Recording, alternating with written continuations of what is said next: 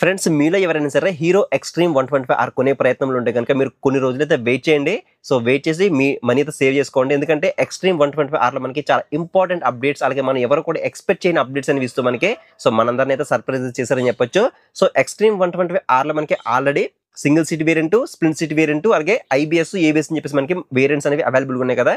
ఇప్పుడు splint seat variant లో మనకి చాలా ఇంపార్టెంట్ అప్డేట్స్ అయితే చేశారని చెప్పొచ్చు. సో ఫస్ట్ అప్డేట్ మనకి గ్రాఫిక్స్ అనేవి మనకి కంప్లీట్ గా ఫ్రెష్ గ్రాఫిక్స్ తో మనకి ఈ వెహికల్ అయితే ఆఫర్ చేస్తున్నారని చెప్పొచ్చు. అలాగే సెకండ్ అప్డేట్ ప్రీవియస్ గా మనకి బ్యాక్ సెక్షన్ లో 130mm డ్రమ్ బ్రేక్ మాత్రమే ఉండేది. సో దాని ప్లేస్ లో ఈసారి 240mm డిస్క్ బ్రేక్ తో పాటు ఏబిఎస్ కూడా మనకి ఇన్బిల్డ్ చేశారని చెప్పొచ్చు. అలాగే ఫ్రంట్ సెక్షన్ లో మనకి యాజ్ యూజువల్ గా మనకి 276mm డిస్క్ బ్రేక్ అలాగే ఏబిఎస్ అయితే ఉంటుంది. అంటే ఇది మనకి డ్యూయల్ ఛానల్ ఏబిఎస్ కి ఈ వెహికల్ సపోర్ట్ చేస్తుందని చెప్పొచ్చు. అలాగే థర్డ్ అప్డేట్ గురించి మాట్లాడుకుంటే దీంట్లో మనకి ప్రీవియస్ గా టైప్ ఏ ఛార్జింగ్ పోర్ట్ అయితే ఉండేది, ఈసారి టైప్ సి ఛార్జింగ్ పోర్ట్ అనేది ప్రొవైడ్ చేస్తున్నారని చెప్పొచ్చు. అలాగే ఫోర్త్ అప్డేట్ గురించి మాట్లాడుకున్నట్టయితే సో దీంట్లో క్రూజ్ కంట్రోల్ మనకి దీంట్లో ఆఫర్ చేస్తారనమాట. సో క్రూజ్ కంట్రోల్ అంటే మీ అందరూ తెలిసిందే కదా, ఒక సర్టెన్ స్పీడ్ మనం లాక్ చేసి మనం హ్యాపీగా థ్రాటిల్ ఇవ్వకుండా మనం రైడ్ చేయొచ్చు అనమాట. అలాగే నెక్స్ట్ అప్డేట్ గురించి మాట్లాడుకుంటే సో దీంట్లో ఈసారి మనకి రైడ్ బై వైర్ టెక్నాలజీ కూడా మనకి దీంట్లో ఇన్బిల్డ్ అయితే చేశారని చెప్పొచ్చు. అలాగే నెక్స్ట్ అప్డేట్ గురించి మాట్లాడుకున్నట్టయితే సో ప్రీవియస్ గా మనకి నెగిటివ్ కన్సోల్ అయితే ఉండేది కదా, ఫుల్లీ డిజిటల్ కన్సోల్ ఉండేది, బట్ అది మనకి నెగిటివ్ కన్సోల్ అయితే ఉండేది.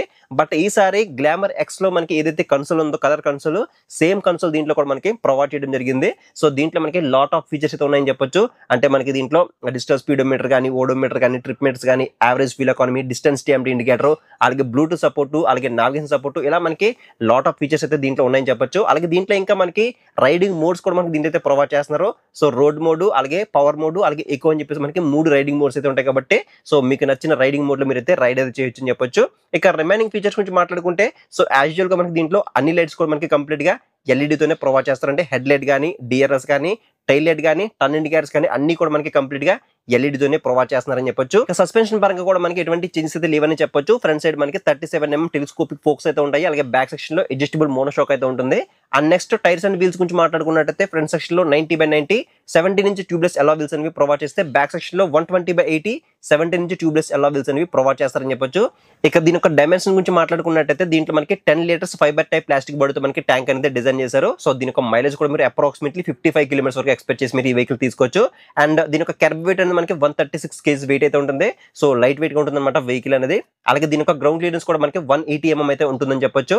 సో మన ఇండియన్ రోడ్ కండిషన్స్ కి 160mm ఉంటే సరిపోతుంది. సో 180mm అనేది ప్రొవైడ్ చేస్తారు కాబట్టి మీరు హెవీ స్పీడ్ బ్రేకర్స్ దగ్గర కానీ లేదా పాట్ హోల్స్ లో కానీ మీరు అయితే హ్యాపీగా మీరు సేఫ్ గా అయితే రైడ్ అయితే చేయొచ్చు. అండ్ దీని యొక్క సీట్ హైట్ కూడా మనకి 794mm అయితే ప్రొవైడ్ చేస్తారు కాబట్టి మినిమం మీరు 5.3, 5.4 ఉన్నా కూడా మీరు హ్యాపీగా రైడ్ చేయొచ్చు అనమాట, కంఫర్టబుల్ గా రైడ్ అయితే చేయొచ్చు. ఇక ఈ వెహికల్ లో మెయిన్ హార్ట్ ఇంజిన్ కాబట్టి ఇంజిన్ డిస్ప్లేస్మెంట్ గురించి మాట్లాడుకున్నట్టయితే సో ఇంజిన్ డిపార్ట్మెంట్ లో మనకి ఎటువంటి చేంజెస్ అయితే లేవని చెప్పొచ్చు. ప్రీవియస్ గా మనకి ఏదైతే 125cc ఎయిర్ కూల్ ఇంజిన్ ఉందో సేమ్ ఇంజిన్ దీంట్లో కూడా మనకి ప్రొవైడ్ చేస్తారు. సో ఇది మనకి 11.5 PS పవర్ ని అలాగే 10.5 Nm టార్క్ ని ఇంజిన్ అయితే జనరేట్ చేస్తుంది. అలాంగ్ విత్ ఈ వెహికల్ మనకి 5 స్పీడ్ గేర్ బాక్స్ అనేది ప్రొవైడ్ చేస్తున్నారని చెప్పొచ్చు.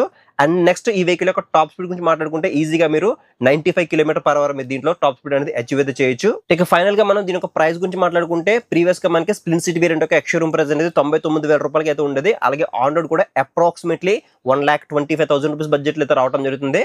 అలాగే ఇప్పుడు తీసుకొచ్చిన ఈ కొత్త వేరియంట్ యొక్క ఎక్స్‌షోరూమ్ ప్రైస్ అనేది 1,05,000 రూపీస్ అయితే ఉంది. అలాగే ఆన్ రోడ్ ప్రైస్ కూడా మీకు 1,35,000 రూపీస్ వరకు ఉండే అవకాశం అయితే ఉంది.